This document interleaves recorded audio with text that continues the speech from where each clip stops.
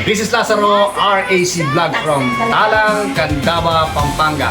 Okay guys, nandito po ako ngayon sa Paligi, Candaba, Pampanga. Bahay pare. Okay, meron po tayo dito isang valued customer na si Madam Alicia Mahulagnan. Alright.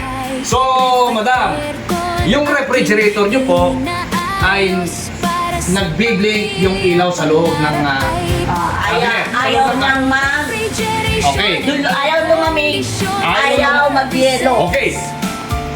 Yun. Ayaw lumabig. Yun ang problema. Bakit kaya? Alright, okay.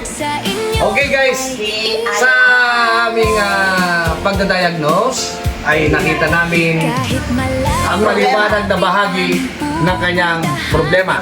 Okay? So guys, ipinapakita dito na yung kanyang compressor is not working. Okay, bakit kaya? Because dahil meron po siyang isang parts na hindi umaandar. Ano po yun? Dito po sa mga ganitong klase ng refrigerator, Ano tawag doon? ito po ang tinatawag na cabinet type. Okay guys? So yung kanyang cabinet, kung mapapansin nyo, okay na siya ngayon. Pero before, nagbiblink po yung kanyang ilaw. Bakit kaya? Okay? So ngayon, dahil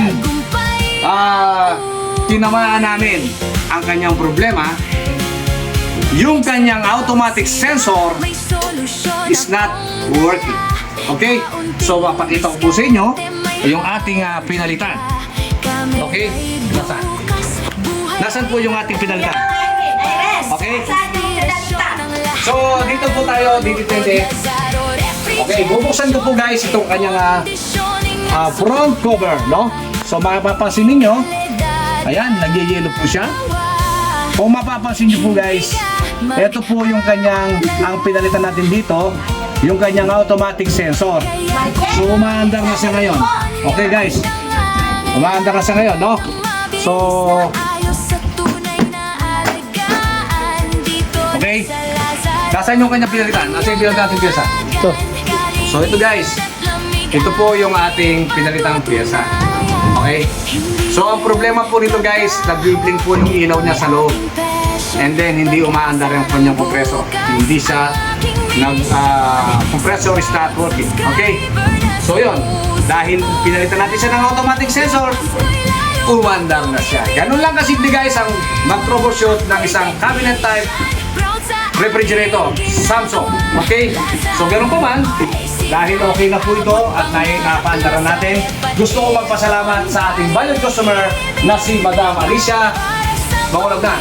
Madam, Yes! maraming salamat po sa pagtitiwala nyo sa Lazaro Refrigeration and Air Conditioning Services. Okay? So yun guys. Okay? Kung nagustuhan nyo, don't forget to like and share and subscribe. And don't forget to click notification bell para lagi po yung updated Follow nyo. sa aking mga video. Magandang buhay po sa ating lahat and thank you for watching. Yeah! Lamig ng tagumpay.